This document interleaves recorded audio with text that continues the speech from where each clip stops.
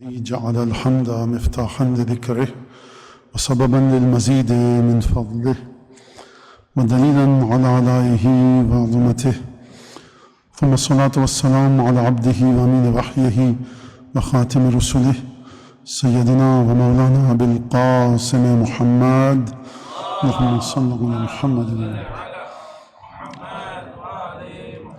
وعلى أهل بيته الطيبين الطاهرين الذين أذهب الله عنهم الرجس وطهرهم تطهيرا، اللهم صل على محمد، واللعن الدائم على أعدائهم أجمعين.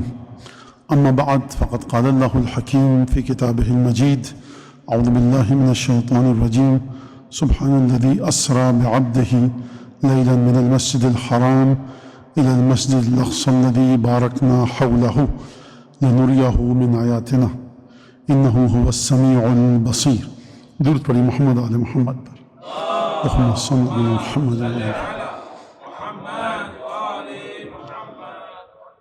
ائمہ بقی علیہم الصلاۃ والسلام کے جو ائمہ بقی کے نام سے معروف ہیں، شناختہ شدہ ہیں، حتیٰ دعاؤں کی زیارات کی کتابوں میں جس لقب شریف کے ذریعے، جس لقب مقدس کے ذریعے یاد کیا گیا وہ ہے ائمہ بقی کی زیارتیں۔ اور 8 شوال کا دن کیونکہ ایک تعلق ہے روزوں کے ساتھ بقی کے، لہذا 8 شوال کی مناسبت سے یہ مجالس منعقد کی جاتی ہیں۔ قبور جو بقیہ کے میں موجود ہیں، وہ اس میں اہل بیت رسول خدا کی اولادیں، اہل بیت اطہار، جناب ام البنین جیسی شخصیت، امیر المومنین کی بعض دختران، بعض امہات المومنین، اصحاب، علماء، فقہا، یہ تمام قبریں بقی میں موجود ہیں۔ اور قبور کے حوالے سے اگر گفتگو کی جائے تو یہ آیت جو میں نے آپ کے سامنے ابھی تلاوت کی، سورہ اسراء کی پہلی آیت ہے، جس میں پروردگار عالم کا ارشاد ہو رہا ہے کہ سبحان الذی اسریٰ بعبدہ لیلا من المسجد الحرام۔ آپ سب کو ترجمہ یاد ہے کہ پاک ہے وہ ذات، سبحان الذی یعنی اس ذات پروردگار میں، ذات قدوس حق میں، اللہ سبحانہ و تعالیٰ کی ذات میں اپنی مخلوقات کی کسی بھی حیثیت کا، کسی بھی صفت کا کوئی شائبہ تک نہیں ہے۔ جو پروردگار عالم نے مخلوقات خلق کی ہیں وہ ان سے کہیں منزہ ہے، بالاتر ہے، پاک و پاکیزہ ہے کہ آپ مخلوقات کے ذریعے خدا کی ذات کو سمجھ سکیں۔ بالا ترین مخلوق پروردگار عالم کی فرشتے ہیں، جنت جہنم پروردگار کی مخلوق ہے، انبیاء پروردگار کی مخلوق ہیں، اور اس کے بعد تمام انسان، یہ تمام چیزیں جو آپ دیکھ رہے ہیں یہ پروردگار کی مخلوق ہیں۔ ان میں سے کوئی بھی چیز پروردگار عالم کی کسی بھی صفت کی حامل اور مالک نہیں ہے کہ ہم یہ سمجھ سکیں پروردگار ایسا ہوگا، رنگ ایسا ہوگا، کیفیت ایسی ہوگی، پروردگار کے وجود کا وزن ایسا ہوگا، پروردگار کا وجود اتنا پھیلا ہوا ہے، اتنا سکڑا اور سمٹا ہوا ہے، کچھ نہیں سمجھ سکتے۔ مخلوقات کو دیکھ کر خداوند تبارک و تعالیٰ کے وجود کا ذرہ برابر، رتی برابر بھی آپ اندازہ نہیں کر سکتے۔ اسی بات کو جناب امیر المومنین نے دعائے صباح میں ارشاد فرمایا ہے، ترجمہ آپ کے سامنے ہے: تنزہ عن مجانست مخلوقات، وہ پروردگار کہ جو منزہ ہے، پاک ہے، بلند و بالا ہے، کوئی تعلق نہیں ہے پروردگار کا کس کے ساتھ؟ اپنی مخلوقات کے ساتھ کسی بھی لحاظ سے یکسانیت ہو، ہم رنگ ہو اپنی مخلوقات میں، اس لحاظ سے پروردگار مخلوقات جیسا ہے نہیں، بالکل مخلوقات کے ذریعے خدا کو سمجھنے کا دروازہ بند ہے، ناممکن ہے پروردگار تک پہنچا جائے۔ تو یہ پروردگار عالم اس آیت کو اس انداز سے آغاز فرما رہا ہے کہ سبحان الذی، پاک ہے وہ ذات، اسریٰ بعبدہ، جو اپنے رب، اپنے عبد کو، اپنے بندے کو جو لے کر گیا، فاصلہ طے کروایا، کہاں سے کہاں تک؟ مسجد حرام سے مسجد اقصیٰ تک۔ اب مفسرین نے ڈھیروں باتیں کہی ہیں کہ مسجد حرام سے مراد کیا ہے، مسجد اقصیٰ سے مراد کیا ہے۔ مراد جو بھی ہو، مفسرین کے تمام اختلافات کے باوجود ایک بات سمجھ میں آتی ہے کہ معمولی بات نہیں تھی کہ پروردگار عالم نے اپنی صفت کا بھی ذکر کیا، رسول خدا کی عبودیت کا بھی ذکر کیا۔ یہ اگر کوئی معمولی سی بات ادھر سے ادھر لے گیا، وہاں سے نعوذ باللہ ٹہلاتا ہوا لے گیا، ایک گھوڑا بھیجا اس پہ رسول خدا آئے بیٹھے، یہ بات کہیں آگے کی ہے کہ جو عقل بشر میں نہیں سمانے والی۔ اور پھر اس کے بعد جب سورہ والنجم میں خدا نے اسی معراج کے بارے میں بات کی تو بڑے عجیب انداز سے بات کی اور بڑے گھمبیر اور بڑے خوفناک انداز سے. خوفناک انداز سے کیا مطلب؟ یعنی بشر ہل کر رہ جائے کہ پروردگار عالم نے وہاں بلایا. بعبد لیلاً ایک رات میں مسجد حرام سے مسجد اقصی تک. کیوں؟ لنوریہ من آیاتنا تاکہ ہم اپنی کچھ آیات کو دکھا سکیں اپنے عبد کو. انہ هو السمیع البصیر خدا ہی ہے, خدا کے علاوہ کوئی نہیں ہے کہ ہر آواز جس کو آواز کہا جائے وہ خدا تک پہنچتی ہے, خدا کے علاوہ کوئی نہیں ہے. ہم اور آپ محتاج ہیں ایک خاص فاصلے سے, ایک خاص ڈسٹنس سے جب کوئی آواز آئے تو ہم اس کو سن سکتے ہیں. کیا فاصلہ ہے؟ صرف نہیں, اس کی فریکوینسی بھی, ریزوننس, اس کی لغزش, ارتعاش ایک خاص مقدار میں ہونا چاہیے, تب آپ کو آواز آئے گی. یہ زمین بڑی تیزی سے گھوم رہی ہے, اس کی آواز آپ کو نہیں آ رہی. بہت ساری چیزیں جو اس وقت اس امام باڑے میں حرکت میں ہیں, آپ کو آواز نہیں آ رہی. تو ایک خاص فریکوینسی, خاص فاصلہ, خاص جہد. بہت کم ہوگی سنائی نہیں دے گی, بہت زیادہ ہوگی کان کا پردہ پھٹ سکتا ہے, انسان کی طبیعت خراب ہو سکتی ہے, دل پر اثر پڑ سکتا ہے. ایک بڑی عجیب داستان. انہ هو السمیع, اور کوئی بھی چیز ایسی جو دکھنے کے قابل ہے وہ خدا دیکھتا ہے, حتیٰ وہ چیز جس کو تم نہیں دیکھتے خدا اس کو بھی دیکھتا ہے. تو ایک تو بات پروردگار نے یہاں پر یہ کہی. اب یہ تھوڑا سا اس آیت کو رکیے تاکہ میں آپ کو ائمہ معصومین اور پھر اس کے ساتھ ساتھ بقی کی قبور مطہرہ سے اس آیت کو جوڑ سکوں اور آپ کے سامنے ایک چیز ایک جگہ تک پیش کر سکوں. پروردگار عالم نے یہاں فرمایا انہ هو السمیع البصیر. مفسرین نے بڑی خوبصورت بات کہی ہے یہاں پر. کہا کہ جو آیت ہے یہاں پر وہ گفتگو کر رہی ہے خدا کی طاقت کے سلسلے میں. بھائی آپ کسی چیز کو ایک لمحے میں, ایک سیکنڈ میں وزنی چیز کو اٹھا کر ادھر سے ادھر کریں کہ مجھے دکھے ہی نہ. میں کو یاد میں کب رکھ دیا یہاں سے وہاں, آپ کا مولانا آپ دیکھ رہے تھے لیکن میں اتنی تیزی سے رکھا, اتنی پھرتی ہے میرے اندر اور میں اتنا ایکٹیو ہوں, اتنی چابک دستی ہے کہ آپ نہیں دیکھ پائے.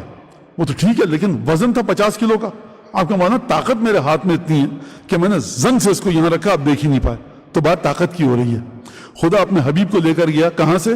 مسجد حرام سے مسجد اقصی تک. بات ہو رہی ہے خدا کی طاقت کی. خدا کے لحاظ سے بات ہے طاقت کی, نبی کریم کے لحاظ سے بات ہے عبودیت کی. خدا کو چاہیے تھا, گستاخی نہیں ہے سمجھانے کے لیے کہہ رہا ہوں, خدا کو چاہیے تھا کہ جب خدا تو اپنی طاقت کا مظاہرہ کر رہا ہے تو تجھے یہ کہنا چاہیے تھا انہ هو العلیم القدیر. خدا بڑی طاقت والا ہے, دیکھو ایک لمحے میں ادھر سے ادھر لے گیا. خدا نے اپنی طاقت کا استعمال نہیں کیا, طاقت کو بتانے والے لفظ کو خدا آیت میں نہیں لایا. کس چیز کو خدا آیت میں لایا؟ سماعت اور بصارت کو. سماعت اور بصارت کا تعلق بندے کی ذات سے ہے. خدا کی ذات سے نہ کوئی آواز آتی ہے, نہ خدا کی ذات کو دیکھا جا سکتا ہے. خدا نے آغاز کیا آیت سے اپنی ربوبیت کا, نبی کریم کی عبودیت کا. سبحان الذی ربوبیت ہے, میں خدا سبحان, عبد رسول خدا ہیں. سمجھ میں آ گئی بات؟ ربوبیت الہی اور عبودیت نبی کریم. ختم کہاں پر ہوئی آیت آ کر؟ خدا ہی ہے جو ہر چیز کو سنتا ہے اور ہر چیز کو دیکھتا ہے. تو دیکھتا کس چیز کو ہے خدا؟ سنتا کس چیز کو ہے کہ جو سننے کے قابل ہو؟ دیکھتا کس چیز کو ہے جو دیکھنے کے قابل ہو؟ تو خدا نے اپنے دیکھنے کی بات کی, اپنے سننے کی بات کی. آیت کرشمہ بتا رہی ہے خدا کی طاقت کا, تو خدا کو اپنی طاقت کا ذکر کرنا چاہیے تھا. اب یہاں پر سنیے علماء نے کیا کہا. آپ کے فرمایا کہ یہاں پر نبی کریم کے وجود میں نیت اتنی شدت سے دیکھی پروردگار نے, اور نبی کریم کی جو مناجات تھی اس کو اتنے بہترین انداز سے خدا نے سنا کہ اب خدا نے دیکھ لیا کہ میرا حبیب عبودیت کی اس منزل پر ہے, مناجات بھی اس طرح سے کر رہا ہے, قلب میں میری محبت بھی ایسی ہے کہ اب میں آیتیں دکھانے کے لیے آیتوں کو زمین پر نہیں بھیجوں گا, اب اپنے حبیب کو اپنے پاس بلاؤں گا. لہذا یہ آیت, خوب توجہ کیجئے گا, یہ آیت اس سے کہیں زیادہ کہ خدا کی طاقت کو بتائے, یہ نبی کریم کی بندگی کو بتا رہی ہے کہ اب یہ بندگی وہ نہیں ہے کہ جو زمین پر انجام دی جا سکے, اب حبیب ہماری بارگاہ میں آ کر اس بندگی کو انجام دینا. یہاں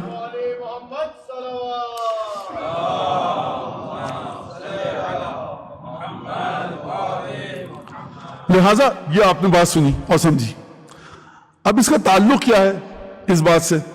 اس بات سے تعلق یہ ہے خوب توجہ کے ساتھ سنیے گا. اگر قرآن میں یہ آیت نہ ہوتی آپ کو پتہ چلتا کہ رسول خدا معراج پر گئے؟ نہیں. خدا نے بتایا تو آپ سمجھے.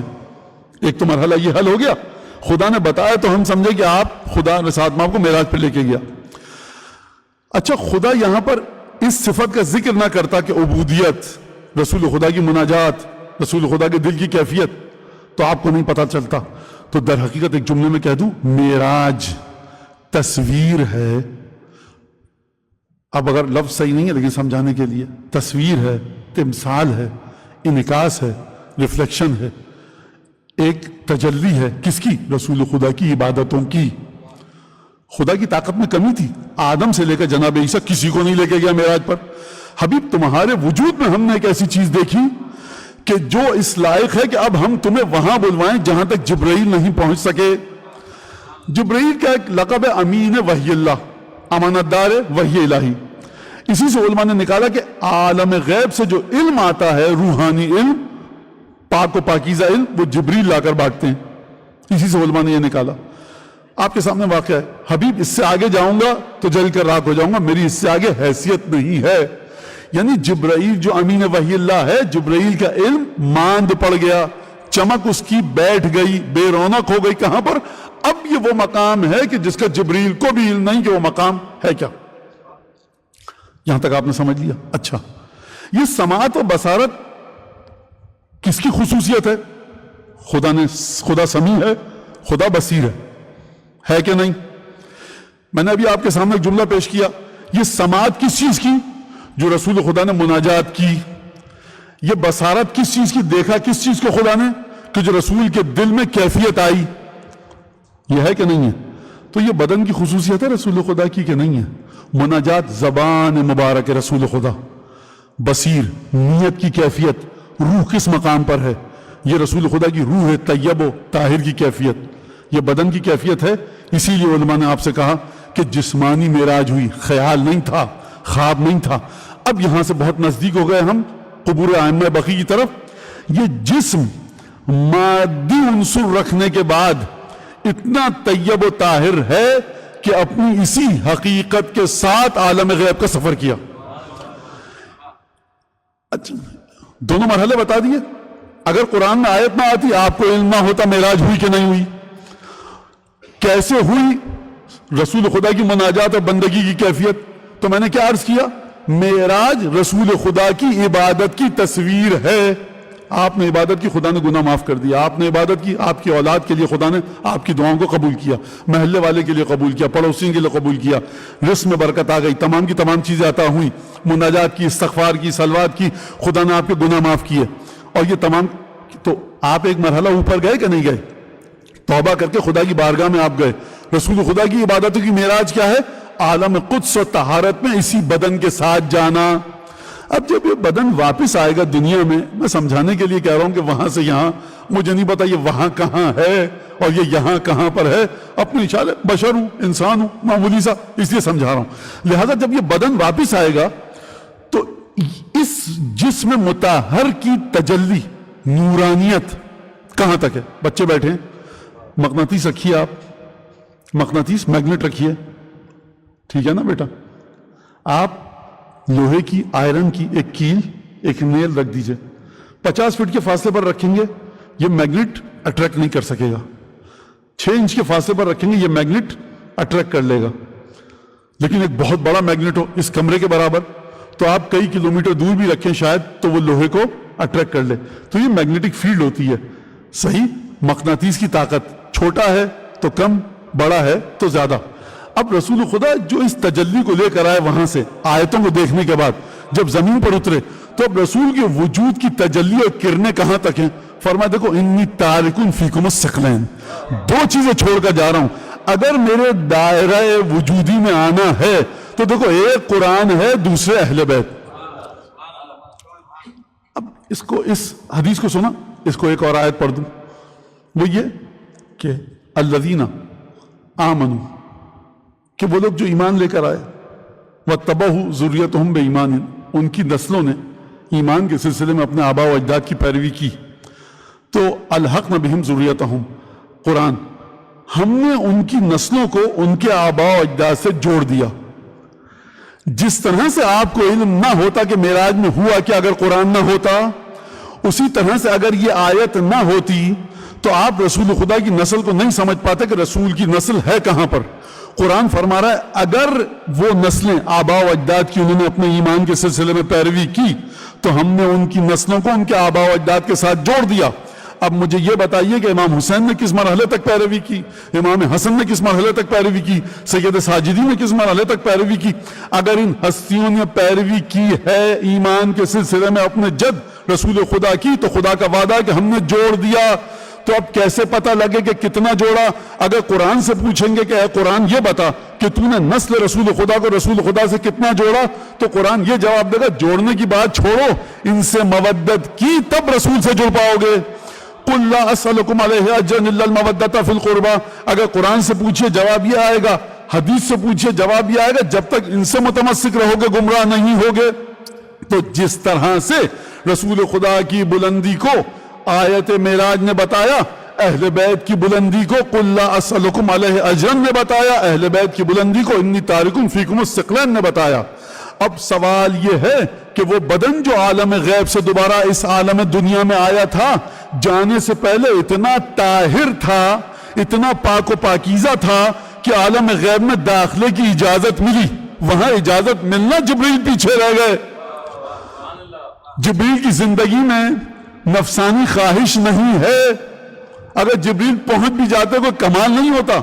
نبی کریم ہر انسانی تعلق کو توڑ کر عالم معراج میں قدم رکھا. بھائی تعلق کو توڑنے کے بعد اس مقام پر پہنچے. تو اب یہ بدن جو آیا ہے، اب اس بدن رسالت کو دیکھیے، جسد مطہر رسالت کو. اب آپ نے سنا کہ صاحب چہرہ اقدس سے ایسا نور نکلتا تھا کہ رات کے اندھیرے میں روشنی میں جب روشنی ہو تو سوئی ڈھونڈ لی جاتی تھی. پسینہ جو بدن مطہر سے نکلتا تھا اس میں کبھی بو نہیں آئی. وضو کا پانی گرتا تھا، لوگ تبرک کے لیے لے کر جاتے تھے. وضو کا پانی تو پھر بھی جسم رسول خدا سے مس کیا ہے، سمجھ میں آتا ہے. یہ جو ابا ہے یہ جسد مطہر رسول خدا سے مس نہیں ہو رہی. واقعات ملتے ہیں ہم کو کہ بچی آئی، اس نے دھاگا نکالنا چاہا، رسول خدا دیکھا وہ شرما گئی. 3-4 دفعہ ہوا، رسول خدا خود اس بچی کے پاس گیا، کہا کہ بیٹا کیا مسئلہ ہے، کیوں؟ اپنے الفاظ میں بتاؤں کیا مسئلہ. کہا یا رسول اللہ میرے گھر میں کوئی بیمار ہے. کہا رسول خدا کی ابا کا دھاگا توڑ کے لے آؤ. تو کس نے بتایا؟ نہ یہ کسی دینیات کلاس میں گئی بچی، نہ واٹس ایپ، نہ فیس بک، نہ حدیثیں، نہ کچھ. یہ کیسے پتا چلا کہ رسول خدا کی وہ ابا جو بدن سے مس نہیں ہو رہی، ابا کے نیچے قبا، اس کے نیچے دجداشا، یہ جو مس نہیں ہو رہی، اس کی اتنی حیثیت ہے کہ دھاگا توڑ کر لے جاؤ، پانی میں ڈباؤں گی تو بخار کو، بیمار کو شفا ہو جائے گی. تو یہ بتائیے کہ جن اجسام مطہرہ میں رسول خدا کا خون ہو، ان کا وجود کہاں پر ہوگا؟ یہ باقاعدہ گفتگو ہے، یہ جوش خطابت کی بات نہیں ہے کہ جسم عنصری سے تعلق رکھنا بذات خود ایک فضیلت ہے. ناقے کی عزت کرتے ہیں آپ. چھڑی تھی نام یہ رکھا تھا، ایک اونٹنی تھی اس کا نام یہ تھا، ممبر کا نام یہ تھا. ستون سے رسول خدا ٹیک لگا کر بیٹھتے تھے، کاٹ دیا گیا تعمیر کے دوران. ستون حنانہ، استوانہ تو حنانہ، گریے کی آواز آئی، اس ستون کو کاٹ دیا گیا. اس ستون کے اندر کوئی جان نہیں ہے. خدا قیامت میں ستون سے نہیں پوچھے گا نمازیں کتنی بڑی، روزہ. یعنی بدن مطہر رسول خدا جو مس ہو رہا ہے، غلط کہا میں نے. بدن کے اوپر ابا ہے، ابا کے نیچے قبا ہے، قبا کے نیچے دجداشا ہے. یہ جو ٹیک لگانا رسول خدا کا، رسول خدا کو سکون مل رہا ہے ٹیک لگا کر مسجد نبوی کے ستون سے، وہ ستون گریا کر رہا ہے. تو یہ آپ مجھے بتائیے کہ انبیاء کی وہ اولادیں کہ جن کے کردار کی ضمانت انبیاء نے لی ہو، ان کے بدن عنصری کی کیا کیفیت ہوگی. میں ایک واقعہ آپ کے سامنے پیش کروں اور مصائب کی طرف ہم جائیں. عجیب واقعہ ہے. کوئی پیغمبر معجزہ دکھائے بڑی بات نہیں ہے، پیغمبر ہے. پیغمبر کے زمانے میں اگر کوئی غیر پیغمبر معجزہ دکھائے تو یہ تعجب ہے. اچھا اس سے بھی بڑھ کر تعجب کی بات ہے کہ پیغمبر اس معجزے کو دریافت کرے، وصول کرے، ریسیو کرے، اور وہ معجزہ غیر پیغمبر نے پیغمبر کے لیے دکھایا ہو. اس سے بڑی کوئی بات نہیں ہے. میری بات سمجھا؟ مثلا کوئی پیغمبر کا پانی نہیں ہے ہمارے پاس وضو کے لیے، کوئی پیغمبر کا ہے، کوئی پیغمبر. ایک غیر پیغمبر آئے کہ پانی نہیں ہے؟ کہا نہیں. زمین پہ ٹھوکر مارے, چشمہ ابلنے لگے, کہ آپ میرے زمانے کے پیغمبر ہیں, وضو کیجئے. تو آپ سٹ پٹا نہیں جائیں گے کہ اگر معجزے کے ذریعے پانی نکالنا تھا تو پیغمبر, میں رسول خدا کی بات نہیں کر رہا, کسی بھی پیغمبر کی بات کر رہا ہوں, ٹھوکر مارتا پانی نکل آتا, آپ کہیں گے یہ غیر پیغمبر تھا, نبی کا امتی, نبی کے پیچھے نماز پڑھے گا, اس نبی کی شریعت پر چلے گا, یہ معجزہ دکھا رہا ہے, فائدہ اس زمانے کا رسول اٹھا رہا ہے, تو یہ کون چیز ہے؟ یہ کس مرحلے پر ہے؟ چلیے قرآن کی طرف. قصہ مختصر یہ کہ یوسف کو اغوا کیا, کنویں میں پھینکا, وہاں سے قافلہ لے کے چلا گیا, کچھ درہم میں بیچا, عزیز مصر کے گھر میں گئے, وہ واقعہ ہوا, خدا نے بے گناہی کی گواہی دی. اس کے بعد عزیز مصر کے وزیر بنے, وزیر کے بعد قحط سے بچایا, قحط سے بچانے کے بعد جناب یوسف خود بادشاہ بنے. پھر اس کے بعد جب قحط آ گیا تو لوگ آنے لگے بادشاہ کے پاس کہ جناب حضرت یوسف ہیں, کہا کہ ہم کو گندم دو. بھائی بھی آئے کہ ہم کو گندم دو, بھائیوں نے اپنے بھائی سے گندم دیا, سمجھے کہ بادشاہ سے لے رہے ہیں, پہچان نہیں پائے. بچپنے میں اغوا کیا تھا, کنویں میں پھینکا تھا, لیکن اب جناب یوسف جوان ہو گئے تو پہچان نہیں پائے. گفتگو ہوئی اور اس کے بعد جناب یوسف کا راز کھل گیا, بھائی سمجھ گئے کہ ہمارا بھائی ہے. کہا کہ اچھا اب دیکھو یوسف پیغمبر نہیں ہے, پیغمبر کون ہے؟ یعقوب. کہا دیکھو کہ اذهبوا بقمیصی ھذا, یہ میری قمیض لے کر چلے جاؤ. کس کے پاس؟ میرے باپ یعقوب کے پاس, اور اس کو میرے باپ کے چہرے پر ڈال دینا, یأت بصیرہ, میرے باپ کی آنکھیں آ جائیں گی. ہر انسان مسلمان قرآن پڑھتا ہے, کبھی یہ سوال ذہن میں نہیں آتا کہ پیغمبر معجزے کو دریافت کر رہا ہے غیر پیغمبر کے ذریعے, یوسف میں کمال ہے کیا؟ کیا کمال ہے؟ پیغمبر ہیں, صاحب شریعت ہیں؟ نہیں, قرآن کے مطابق یوسف پیغمبر نہیں ہے. لیکن بدن عنصری سے جو پیراہن مس ہو چکا ہے, اس کی کیفیت یہ ہے کہ خدا اس یوسف کی حیثیت کو دوبارہ بھائیوں کو یاد دلانا چاہتا ہے کہ تم نے اسی کو کنویں میں پھینکا تھا, اسی سے جلاپا تھا, اسی سے حسس تھا. دیکھو ہم نے عزت یہ دی کہ یعقوب پیغمبر ہونے کے باوجود بھی اگر دعا کریں تو آنکھیں آ جائیں گی. انتظار کریں کب میرے بیٹے کا پیراہن میرے چہرے پر آئے, جب میری آنکھوں سے مس ہوگا تو میری آنکھیں آ جائیں گی.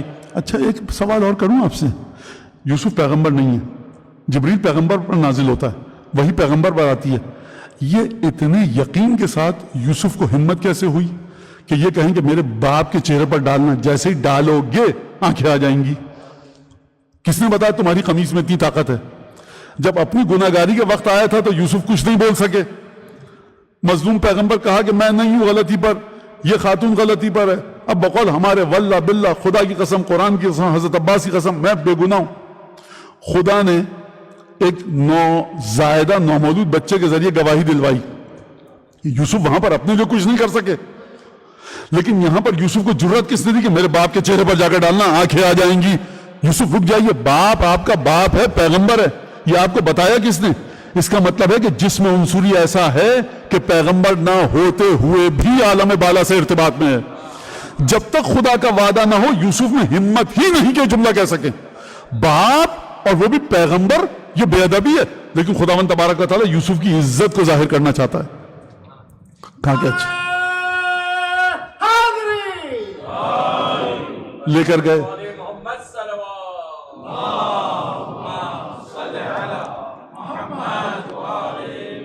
اب بھائی بھی دیکھ چکے ہیں اچھی طرح سے کہ جس کو ہم نے کنویں میں ڈالا تھا مرنے کے لیے, تو وہ اس مقام پر پہنچ چکا ہے, تو چوں چرا نہیں کی. یوسف کچھ مزاج ٹھیک ہے, بابا نبی ہیں, یہ نبی سب کو معجزہ دکھاتا ہے, تمہارا معجزہ نبی پر اپلائی ہوگا. پانی والی مثال یاد ہے؟ یہ معمولی سورہ نہیں ہے, یہ معمولی واقعہ نہیں ہے, پیغمبر نہیں ہے. کہا ٹھیک ہے. بھائی خاموشی سے لے کر چلے گئے. قرآن کی آیتیں میں ان سب آیتوں میں حذف کر رہا ہوں کہ جب جناب یعقوب نے گفتگو کیا کی, اور اس کے بعد صرف ایک بات بتا دوں, جسم عنصری کی بات ہو. جسم عنصری میں لفظ استعمال کروں کیا مطلب؟ یہ گوشت و پوست, یہی انسانی جسم. نبی کریم کا جسم بھی بظاہر اگر دیکھیں آپ تو لوگ جو دیکھتے تھے ایک عام انسان کی طرح لگتا تھا. رسول خدا کا بدن مطہر, حقیقتیں الگ ہیں, لیکن یہی 5 انگشت مبارک تھی, یہی چہرہ تھا, 2 آنکھیں تھیں, چشم مبارک تھی, دندان مبارک تھے, زبان مبارک تھی, لعاب دہن تھا. لعاب دہن کو آپ سے کون جانے گا کہ جس کے ذریعے رسول خدا نے کن کن کو پالا. تو یہ سب تھی چیزیں. آپ تو عام لوگ اسی کو دیکھ کے دھوکہ کھا گئے, لیکن یہ جسم عنصری ہے. تو کہا جب یہ قمیض لے کے چلے جاؤ ہماری, اور فَأَلْقُوا عَلَى وَجْهِ أَبِي يَأْتِ بَصِيرًا, اور ڈال. جب پیراہن لے کر آئے تو باپ نے کہا یعقوب نے کہ انی لاجد ریح یوسف، دیکھو مجھے بغیر کسی شک کے کہہ رہا ہوں مجھے یوسف کی خوشبو آ رہی ہے. خوب توجہ کیجیے گا یہاں سے پھر آپ، قرآن ہے. یوسف کب بچھڑے تھے باپ سے؟ 6-7 برس کے تھے.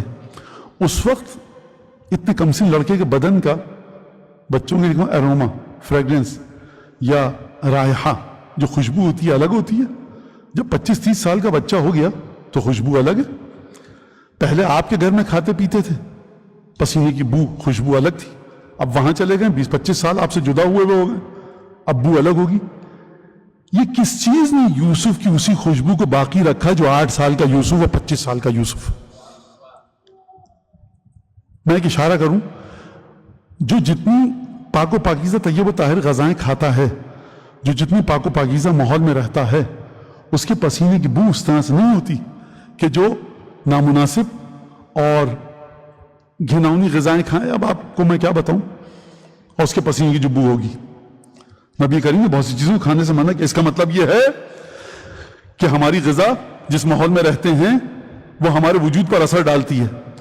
جس میں عنصری اولاد بلا فصل نبی کا، کہ جس کو بعد میں نبی بننا ہے، وہ اس مقام پر ہے کہ خوشبو ہو بہو وہی ہے جب یوسف مجھ سے بچھڑے تھے، اور باپ اتنا بوڑھا ہونے کے باوجود بھی ذہن میں ابھی تک وہ خوشبو موجود ہے. انی لاجد ریح یوسف لولا ان تفندون. اگر تم مجھے یہ نہ کہو کہ میں سٹھیا گیا ہوں اور بڑھاپے کی حدود میں قدم رکھ چکا ہوں، تو باپ کو پتا ہے کہ یہ اولادیں اور ہیں، یہ اولادیں اور ہیں. نبی کے وجود سے ہر شخص جو جڑ جائے وہ اسی مرحلے پر نہیں ہوتا جس مرحلے پر حسن و حسین ہو. لہذا خوب توجہ کیجیے گا. اگر یہ بچے بھی آپ کے بچے کا دیکھو، اگر تم مجھے، یعنی تمہاری اوقات یہ ہے کہ نبی کے ذہن پر الزام لگاؤ گے. کہاں تمہاری یہ اوقات گھٹیا اولادیں کہ نبی کے ذہن کو اس پر اعتراض کرو. تو جہاں بھی آپ کو نبی کے ذہن پہ کوئی اعتراض کرتا ہوا دکھے، وہ اس مقام کے برابر نہیں ہو سکتا جو پورا کا پورا نبی کے وجود میں فنا ہو جائے. درود پڑھیے محمد آل محمد پر.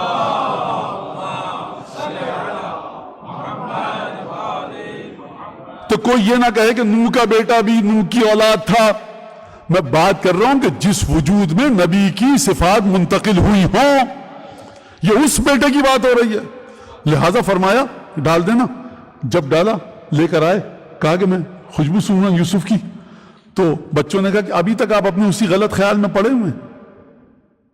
یہ جملہ قرآن میں موجود ہے. ڈالا آنکھوں پر اس خمیس کو تو فرتد بصیرہ. اب یہاں پر ایک نکتہ ہے. حضرت یوسف نے کہا یا اتھ بصیرہ، خود قرآن فرما رہا ہے اس کیفیت کو فرتد بصیرہ. اب اس کی گفتگو اس پر پھر کبھی اور، لیکن بڑی عجیب لطیف گفتگو ہے. قرآن نے عجیب لفظ کا چناؤ کیا. کہا کہ میں نے تم سے نہیں کہا تھا انی عالم من اللہ ما لا تعلمون، دیکھو میں اس چیز کو جانتا ہوں خدا سے جس کو تم نہیں جانتے. یہ جملہ کب کہا تھا حضرت یعقوب نے؟ جب بھائی آئے شام کو، کہا کہ دیکھیے ہم نے اپنے سامان کے ترکنا یوسف عند متاعنا، کہ ہم نے یوسف کو اپنے سامان کے پاس چھوڑا. فأکلہ الذئب، ہم کھیل کود رہے تھے، ہم نے کہا یوسف اس سامان کو دیکھتے رہنا، اور ہم کھیل کود اپنے مصروف تھے، بھیڑیا کھا کے چلا گیا. تو جناب یعقوب نے اس وقت کہا تھا کہ تمہارے نفسوں نے تم کو گمراہ کیا ہے. وَإِنَّمَا أَشْكُو حَزْنِي وَبَثِّي إِلَى اللَّهِ، میں اپنے حزن و غم کو تمام کے تمام کو پروردگار عالم کی بارگاہ میں بھیج رہا ہوں. اور جناب یوسف نے اس وقت یہ کہا تھا کہ دیکھو میں وہ جانتا ہوں خدا سے جو تم نہیں جانتے. یعنی جتنے برس بھی گریہ کیا کہ آنکھیں سفید ہو گئیں، نابینا ہو گئے، یہ اس بنیاد پر نہیں تھا کہ یوسف مجھ سے دور نہیں گیا بلکہ مر چکا ہے. جانتے تھے کہ یوسف زندہ ہے لیکن مجھ سے دور ہے. خدا کے وعدوں پر یقین تھا، جدائی پر غم کرتے رہے. لیکن خدا کیونکہ چاہتا تھا کہ یوسف پیغمبر بنے، اور اس لفظ کو میں آسان الفاظ میں کہوں، خدا چاہتا تھا کہ جناب یعقوب کی جسمانی تمام کی تمام ظاہری خصوصیات یوسف میں محفوظ رہیں، کہ 25-30 سال کا یوسف خوشبو وہی آئے بدن سے. اس کے باوجود جناب یعقوب جب گئے تو یہ کہہ کر نہیں گئے کہ یوسف اور اس کی اولاد سے متصل رہنا کبھی گمراہ نہیں ہو گئے. نبی کریم جب جا رہے ہیں تو یہ کہتے ہوئے جا رہے ہیں کہ دیکھو اس جسم عنصری کی خصوصیات بھی حسن و حسین میں ہیں، اور اس جسم عنصری کی وہ روحانی صفات کہ جو میں معراج سے لے کر آیا تھا وہ بھی انہی دونوں میں ہیں. تو یوسف اس مقام پر ہو سکتے ہیں. اب آپ سمجھیے کہ حسن اور حسین علیہ السلام کس مقام پر ہوں گے, نبی کی اولادیں کس مقام پر ہوں گی. لہذا جب ہم بقیع کی قبروں پر جاتے ہیں تو بعض لوگ اس کو نہیں سمجھ, میں پہلے بھی کہہ چکا ہوں کہ وہ سیدھی سادی مظلومانہ قبر ہے, ایک سنگ قبر رکھا ہوا ہے, چپلیں پہن کے کھڑے ہیں اور وہ تمام چیزیں نہیں. 4 رسول خدا کے فرزند ہیں, وہ فرزند ہیں کہ جن میں رسول خدا کے جسم عنصری کی صفات وہ بہو موجود ہیں بغیر کسی کمی بیشی کے, اور جن اولادوں میں رسول خدا کے اس جسم عنصری کی وہ روحانی صفات بھی موجود ہیں کہ جو نبی کریم جبرائیل سے بھی آگے جا کر عالم غیب سے لے کر آئے. لہٰذا یہ قبریں معمولی قبریں نہیں ہیں. یوسف کا پیراہن تو اپنے بابا کے چہرے پر پڑے اور نبی معجزے کو دریافت کرے, آپ کو اعتراض نہ ہو. 4 اور 5ویں امام کی قبر پر جا کر اگر ہم دعا مانگیں تو آپ کو اعتراض ہو. اور کائنات میں عالم غیب الہی میں دعویٰ بہت بڑا ہے. یہ حیثیت نہیں ہے میری کہ میں یہ دعویٰ کروں, لیکن میں یہ دعویٰ قرآن مجید کی روشنی میں کر رہا ہوں, یہ دعویٰ احادیث پیغمبر کی روشنی میں کر رہا ہوں. کون سا دعویٰ؟ عالم غیب میں جا کر کھنگال لیجئے. کوئی بھی قبر آپ کو, اگر رسول خدا کی قبر کے بعد متفقہ فیصلہ ہے قرآن اور حدیث کا تمام مسلمانوں کا, ہر فرقے کے مسلمانوں کا, کہ 4 قبریں ہیں کہ جن کی منزلت رسول خدا کی قبر مطہر جیسی ہے. کس کی قبریں ہیں وہ؟ یہ وہ قبریں ہیں کہ جن کے بارے میں رسول خدا نے فرمایا انہم منی وانا منہم, میں ان سے ہوں یہ مجھ سے ہیں. کس کی قبریں ہیں؟ کہ رسول خدا جب میدان مباہلہ میں گئے کہا اذا دعوت فآمنوا, جب میں دعا کروں تو تم آمین کہنا. کون ہیں وہ ہستیاں کہ جن کی دعا رسول خدا, جن کا آمین رسول خدا کی دعا کے ساتھ ساتھ ہے. کائنات میں ان سے بڑھ کر کوئی کتنا بڑا متقی ہو, زندگی بھر عبادتیں کرتا رہے, زندگی بھر روزے رکھے, کتنا بڑا محدث ہو, فقیہ ہو, فلسفی ہو, عارف ہو, صوفی ہو, درویش ہو, سوچ نہیں سکتا کوئی کہ ہماری قبریں ان قبروں کے برابر ہیں. پہلی قبر کس کی ہے اس مدینے میں بنی؟ حضرت دختر اطہر پیغمبر گرامی صدیقہ کبریٰ سلام اللہ علیہا.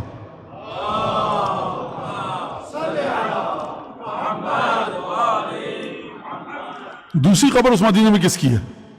حضرت سبط اکبر امام مجتبی. یہ 2 قبریں مدینے میں ایسی ہیں کہ جن کی قبروں کے برابر کائنات میں کسی قبر کا مقابلہ نہیں ہے. نجف کی قبر کو چھوڑ کر کربلا کی قبر کو, یہ تو ایک ہی ہے. انی تارکم فیکم الثقلین انہم منی وانا منہم. آپ کہیں گے مولانا آپ نے امام سجاد کا ذکر کیوں نہیں کیا, آپ نے حضرت باقر کا ذکر کیوں نہیں کیا, آپ نے حضرت صادق آل محمد کا ذکر کیوں نہیں کیا؟ وہ پنجتن کو خاص مزیت اور ایک خاص افتخار اور ایک خاص فضیلت حاصل ہے دعاؤں, احادیث اور قرآن کے مطابق. لہٰذا میں رک گیا حضرت سبط اکبر کی قبر پر آ کر. کیوں؟ کیونکہ براہ راست وجود مبارک ختمی مرتبت سے جو سبط اکبر زبان چوس چوس کر پروان چڑھے اور جس کو اپنے کندھوں پر بٹھائیں. اور اس کے بعد کس کی قبر ہے؟ صلوات اللہ سلام علیہ. وہ بی بی 2 خواتین ہیں جن کو افتخار حاصل ہے یہ کہ رسول خدا ان کی قبر میں اترے. ایک بعض مقامات پر میں نے دیکھا جناب خدیجہ, اور دوسرے اب جناب فاطمہ بنت اسد مادر گرامی امیر المومنین, کہ جن کی قبر میں اترے. اور عجیب جملہ روایت کا کہ کفنہا فی ثوبہ الذی یلی الجسد, ابا نہیں دی کفن کے لیے, غلطی مت کی جگہ فاطمہ بنت اسد کے لیے قبا نہیں دی. فرمایا شیخ کلانی نے روایت کو لکھا اپنا وہ لباس دیا جو مسلسل جسم اطہر رسول خدا سے متصل رہتا تھا. مادر گرامی جناب امین کی یہ منزلت نہیں کہ اپنی ابا دوں. اگر نفس رسول کی مادر گرامی ہیں تو جسد رسول سے متصل لباس کفن میں قرار پائے گا. 2 خواتین ایسی. یہیں سے میں ایک تصحیح کر دوں کہ غلط ہے یہ. بقیع میں قبر میں خان 10 دفعہ کہہ چکا ہوں. ایک صاحب نے شکایت میں مولانا آپ نے ممبر سے کہہ دیا ہم کو علم نہیں ہے, تو میں نے کہا میں کہوں کہ آپ کو علم ہے. یہ آپ میں یہ بیماری جائے گی کب کہ جب اہل بیت کے فضائل کو بتایا جائے تو آپ سمجھتے کہ ہم پر یہ آفینسو ہے. ہو تو ہو, مطلب میں اس لیے کہ آپ نے نوحہ لکھ دیا آپ نے کہا میں کہوں نہیں چپ رہا ہوں, کیا مطلب ہے اس وقت؟ اوقات میں اس امامے کی ہے, میں نے اس داڑھی کی ہے, کنارے پر ہیں سب. نہیں غلط ہے, تم نہیں لکھتے, تمہیں نہیں علم, تو ہمیں نہیں بتایا گیا. آپ کی غلطی ہے. اگر مجلسوں میں بیٹھ جاتے سنتے علم حاصل کرتے کہ جو معصومین نے فرمایا ہمارے علم کو حاصل کرو، اگر آپ علم حاصل کرتے تو آپ کو پتا ہوتا. ایک دفعہ نہیں، میں تقریباً 10 یا 12 سال سے ممبر پہ ہمیشہ ایام فاطمہ میں کہتا ہوں کہ قبر جناب سیدہ کی بقی میں نہیں ہے. سمجھیے اس بات کو. آپ مسلسل لکھ رہے ہیں ایک غلط ثقافت کی ترویج کی جا رہی ہے، جناب سیدہ کی وصیت کو ٹھیس پہنچائی جا رہی ہے. ہم یہ ممبر سے کہیں گے آپ کو برا لگتا ہے، آپ اپنا علاج کیجئے. خوب توجہ کے ساتھ سمجھیے گا، دین آپ کی مرضی کے مطابق نہیں چلے گا، آپ کو دین کے مطابق چلنا ہے. یہ امام نے کیوں کیا؟ یہ تو امام کی فضیلت کے خلاف ہے. آپ فضیلت کو مظلومیت کے ساتھ کبھی کبھی ملا دیتے ہیں. خوب توجہ کیجئے اس بات کے اوپر. لہٰذا وہ قبر جو ہے جناب فاطمہ بنت اسد کی ہے. آخری بات کہوں میں، 2-3 منٹ اور لے لوں آپ کے. بقی کی زیارت ہو گئے. تمام علماء مراجع فقہا آپ کو حکم دیا ہے کہ وہاں جا کر آپ کسی سے بحث مت کیجئے، بدتمیزی مت کیجئے. حکومت وہاں پر اپنے مطابق چل رہی ہے. اس پہ بہت ساروں کو اعتراض ہوا کرے اعتراض. آپ لوگ میری بات سن رہے ہیں، میں جو ان سے مخاطب ہی نہیں ہوں جو بعد میں اعتراض کریں گے. آپ لوگ میرا احترام کرتے ہیں ایک حد تک، بات کو سنتے ہیں، خوب توجہ کے ساتھ سنیے. وہاں پہ آپ بحث کرنے نہیں جا رہے، کسی سے بے ادبی کرنے نہیں جا رہے. جو ذمہ دار افراد ہیں وہ کہیں اب یہاں سے چلے جاؤ، سر جھکا کے فوراً چلے جائیے. آپ کا قرآن و حدیث کا علم 0 سے بھی کم ہے. یہ آپ نے کیا بات کہہ دی؟ نہیں، میں کہوں آپ جو ہیں وہ شیخ توسی ہیں یا آپ خواجہ توسی ہیں. نہیں ہے علم. آڑے ترچھی علم کے ذریعے جب آپ گفتگو کریں گے تو آپ خراب کریں گے بات کو. آپ کا جو کام نہیں ہے مت جائیے. ویلڈر کہتا ہے مولانا ویلڈنگ آپ کو نہیں آتی، مجھے تو برا نہیں لگتا. مولانا آپ کو گاڑی کی تعمیر نہیں آتی، مجھے برا نہیں لگتا. ممبر سے کہا جائے آپ کو گفتگو کا طریقہ نہیں آتا دینی مسائل پر، برا نہیں لگنا چاہیے. اس کے لیے آپ کو بہار کی جلدیں چاٹنی پڑیں گی، اس کے لیے آپ کو اصول کافی دیکھنی پڑے گی، اس کے لیے آپ کو جا کر احادیث اہل بیت دیکھنا پڑے گا، قرآن کی تفسیر دیکھیے جا کے کس طرح سے گفتگو کی جائے. لہٰذا وہاں پہ آپ بحث کرنے نہیں گئے، پورے احترام کے ساتھ، چاہے متوا ہو چاہے شرطا ہو، پورے احترام کے. جب وہ کہہ رہا ہے چلے جاؤ یہاں سے، 1 سیکنڈ ضائع کیے بغیر سر جھکائیے، جیسے کہہ رہا ہے آپ ویسے واپس آ جائیے. نہیں، بقی قبر مظلومیت ہے، دیوار کے باہر بیٹھ کے قرآن شریف کا ہدیہ کیجئے، زیارت پڑھیے. وہاں جہاں اجازت دے رہے ہیں وہ لوگ وہاں جائیے. مسئلے کو زبردستی کا سیاسی مت بنائیے. بچیے ان لوگوں سے جو بقی کی قبور کے ذریعے اپنے سیاسی دکانوں کا پرچار کرتے ہیں. بقی کا مسئلہ کوئی سیاست سے تعلق نہیں ہے. ہم ائمہ کی قبریں دعا کرتے تعمیر ہو جائے، ہم جائیں گے بقی میں، پورے احترام کے ساتھ زیارت کریں گے. وہاں کے ذمہ دار افراد آئیں گے، کہیں گے فوراً نکل جاؤ، نکل جائیں گے. مفاتیح مت لے کے جاؤ. نہیں، ہم تو مولانا چھپ کے پڑھا، غلط کام کیا آپ نے. تمام مراجع کا فتویٰ یہ ہے. نہیں، وہاں ہم زبردستی نماز پڑھیں گے، ہم مٹی اٹھا کر لائیں گے آنکھیں بچا کر اس کی، اگر وہ نہ دیکھ رہا ہو. پہلی بات تو جو مٹی آپ نے اٹھائی یہ کس کی ملکیت ہے؟ آپ کی ملکیت ہے. کیسے اٹھایا آپ نے مٹی کو؟ غلط کام مت کیجئے. تربت سید الشہداء کے اتنے عجیب آداب ہیں یہ جو آپ کو پتہ لگتا ہے. ہم پرسوں گئے تھے، آپ جناب دانیال پیغمبر ہیں ایک علیہ الصلوۃ والسلام، معروف پیغمبر ہیں. یقین کیجئے یہ میں آپ کو خود بتا رہا ہوں کہ مولانا دیکھیے یہ کئی 100 سال بعد کھلی ہے امام حسین کی قبر اور اس پہ زیارت کر رہے ہیں ہمارے علماء. ایک عالم ہمارا دونوں ہاتھ رکھ کے فاتحہ پڑھ رہا ہے. میں نے کہا آپ کی سمجھ میں یہ نہیں آتا کہ آج تک کسی ماں نے ایسا بچہ جنا نہیں ہے جو امام حسین کی قبر پر فاتحہ پڑھے؟ نہ کسی کی اوقات ہے ایسی. یہ ایصال ثواب ہو رہا ہے. آپ اس حد تک آپ امامہ پہنا ہوا انسان، آپ کا آپ سمجھیے تو صحیح کہ یہ کون امامے والا ہے جو دونوں ہاتھ رکھ کے فاتحہ پڑھ رہا ہے؟ سید الشہداء کی قبر. آپ کو نام نظر نہیں آ رہا لکھا ہوا دانیال پیغمبر. تو ہم علم میں اتنے دور ہو چکے ہیں علم سے. خوب توجہ کے ساتھ سنیے گا اس بات کو. لہٰذا قطعاً سیاسی دکانوں کے پرچار میں مت پھنسیے. بقی سے آپ کی وابستگی ہے، رہے گی اور تھی عالم ازل سے، تبھی اس دنیا میں ہے. جا کر زیارت پڑھیے، نکال رہے ہیں خاموشی سے سر جھکا کر نکل آئیے. احترام کیجیے.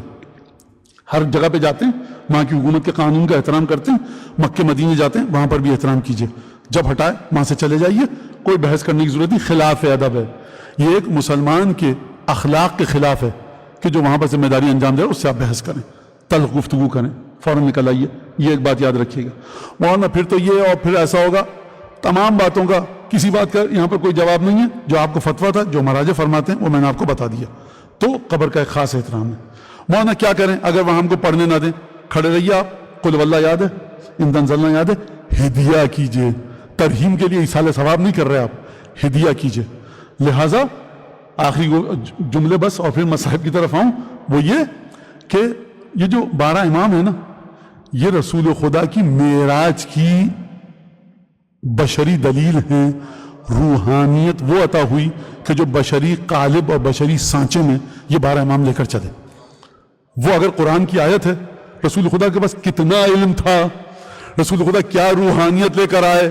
جناب امیر کو دیکھیے کیا روحانیت لے کر آئے معراج سے. حسین ابن علی کو دیکھیے کیا روحانیت. حسین ابن علی امام معصوم، امام مظلوم. آپ ابو الفضل عباس کی ذریعے سے جو شفا مل رہی ہے اس کو دیکھ لیجیے.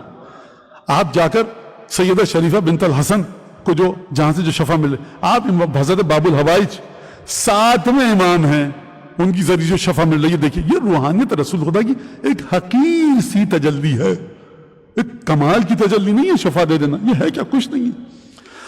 یہ آپ کے 12ویں امام کا سپہ سالار جو خادم ہے وہ شفا دیتا تھا، حضرت عیسیٰ مسیح سلام اللہ علیہ. تو یہاں پر آپ یہ رسول خدا کی معراج کی تجلی ہے. اور بدن عنصری میں نے آپ کے سامنے بتا دی. لہذا یہ جناب ام المؤمنین کی خبر میں نے بتایا آپ کو. جناب خدیجہ امیر المؤمنین کی ایک دختر ہیں. کئی روایتیں ان کے بارے میں، ایک ہے کہ مسجد کوفہ کے سامنے دفن ہے، ایک ہے کہ بقیع میں دفن ہے. بہرحال یہ تمام تاریخ ہے بی بی ام المؤمنین. اس کے علاوہ جناب ام سلمہ، دیگر علماء ائمہ حدیث جو مختلف مسلمانوں کے فرقوں سے تعلق رکھتے ہیں. اور یہ کہا جا سکتا ہے کہ اس کو کہ اسلام سے پہلے کی قبریں بھی یہاں پر موجود ہیں. نبی کریم یہاں پر جاتے تھے اور مغفرت کی دعا کرتے تھے اہل بقیع کے لیے. اور جو قبر ہے جناب فاطمہ کو جو کہا جاتا ہے وہ فاطمہ بنت اسد کی قبر ہے.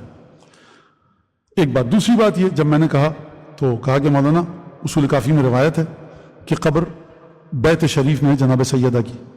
تو یہ جو آپ کہہ رہے ہیں مولین نہیں ہے تو یہ بات غلط ہے. اصول کافی کتاب الحجت میں روایت ہے 8ویں امام سے کہ جہاں مولانا نے فرمایا کہ ہماری دادی کی قبر ان کے گھر میں ہی ہے. حتیٰ یہ جملہ بھی 8ویں امام کا جناب سیدہ کی وصیت سے متصادم نہیں ہے. گھر 100 میٹر کا ہے، 80 میٹر کا ہے، کہاں پر ہے غیر معلوم، نامعلوم تب بھی ہے، گمشدہ تب بھی ہے. کہاں جا کر آپ وہ برکتیں حاصل کریں گے؟ کس قبر کو آپ بوسہ دیں گے؟ کس جگہ پر؟ گھر میں، صحن میں، دالان میں، کمرے میں، کمرے کے دائیں کونے پر، بائیں کونے پر. تو تب بھی قبر مخفی ہے. یاد رکھیے گا اس بات کو. تو لہٰذا یہ ایک بہت بڑا ہمارے یہاں ہمارے حدیثوں کے مطابق ایک بہت بڑا مسئلہ ہے. ہمارا عقیدہ ہے کہ جسم عنصری، یہی گوشت اور پوست کا ظاہری جسم، اس کی بھی اپنی وہ برکتیں ہیں کہ جو آپ تصور نہیں کر سکتے. رسول خدا یا رسول اللہ اس پہ ہم پڑھ دیجئے، وہ بیمار ہے کوئی، رسول خدا کہیں یا رسول اللہ ہم پڑھی، رسول خدا کیا فرمائیں گے؟ یہ ہم پڑھوانا اپنے مولویوں سے 100 دفعہ 1000 دفعہ. ہماری جو سانس ہے نا وہ شفا دیتی ہے. جس کے نواسے کی قبر کی مٹی، مجھے ابھی ایک صاحب ملے انہیں ایام میں، کہنا ہے کہ مولانا قبر مطہر کی مٹی میرے پاس پہنچی ہے، قبر مطہر کی.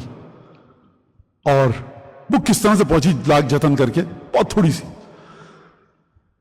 اب جس کو ماننا ہے مانے، نہیں ماننا ہے. میں امام حسین علیہ السلام کی قبر کا مدافع ہوں ہی نہیں.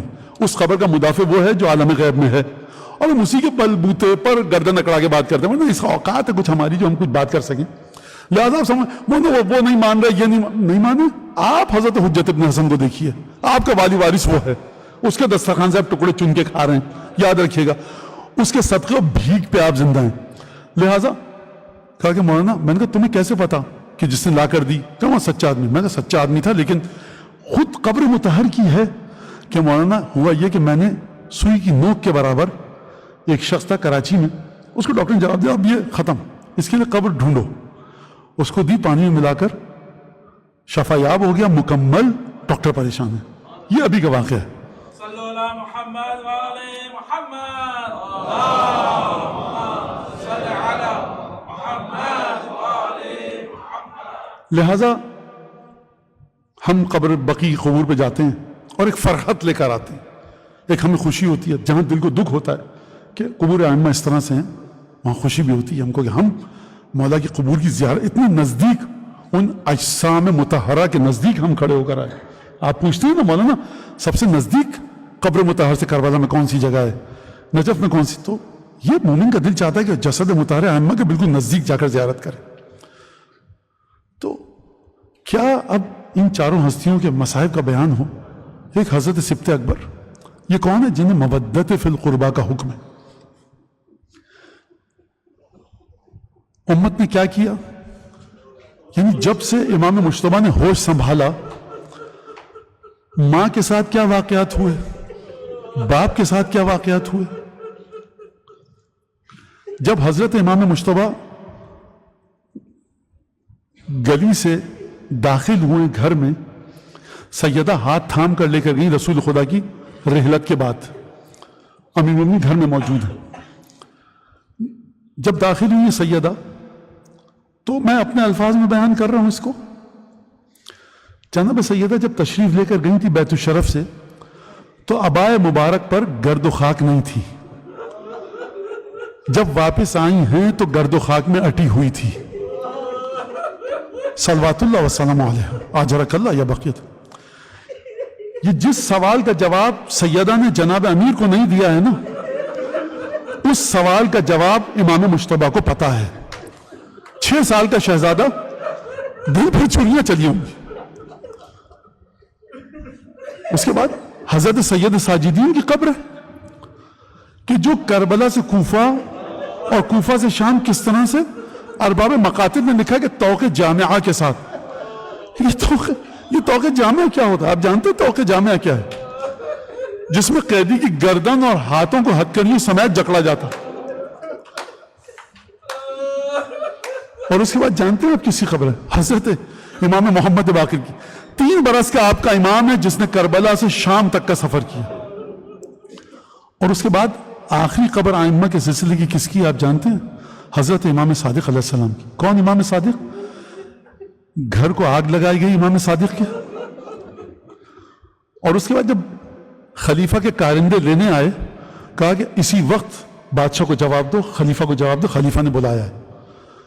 ارباب تواریخ نے لکھا، امام نے کہا کہ اجازت دیتے ہو کہ سر پہ امامہ رکھ لوں؟ کہا کہ خلیفہ نے کہا جس حال میں ہے لے کر آؤ. میں ایک جملہ کہوں گا، خلیفہ کے کارندے گھوڑ سوار ہیں، گھوڑے پہ دوڑتے ہوئے جا رہے ہیں. 65-63 برس کا امام گھوڑ سواروں کے پیچھے دوڑا. جب امام زمانہ جاتے ہوں گے نا بقی میں، تو جب امام مجتبیٰ کی زیارت کرتے ہوں گے تو خون کی قے کرتا ہوا اپنا جد دکھائی دیتا ہوگا. امام زین العابدین کی قبر کی جانب جب امام زمانہ رخ کرتے ہوں گے، غل و زنجیر میں دادا جکڑے ہوئے دکھائی دیتے ہوں گے.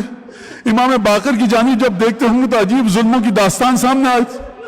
جب امام صادق کی قبر کی زیارت کرتے ہوں گے تو بوڑھا امام پا برہنہ مدینے کی گلیوں میں دوڑتا ہوا دکھتا ہوگا. لیکن اسی مدینے میں جب امام زمانہ ایک قبر کی زیارت کو جاتے ہوں گے جس کا نہ آپ کو علم ہے نہ مجھ کو، تو ایک ضعیفہ کو دیکھتے ہوں گے جو 18 برس کی عمر میں ضعیفی کی اس منزل پر پہنچ چکی تھی. منحدت الرکن، اس بی بی کی عمر تو 18 برس کی تھی لیکن ضعیف العمر خواتین کی طرح کمر جھک گئی تھی. علماء بیان کرتے ہیں کہ شہزادی کے پیروں میں طاقت نہ تھی کہ پیدل چل پائے. جب زیارت کرتے ہوں گے تو دیکھتے ہوں گے شہزادی کے سر اقدس پر ایک رومال بندھا ہوا ہے. پہلی شکستہ بازو شکستہ ایک بی بی ہے جو مسلسل رسول خدا کی قبر کی زیارت کو آتی ہے.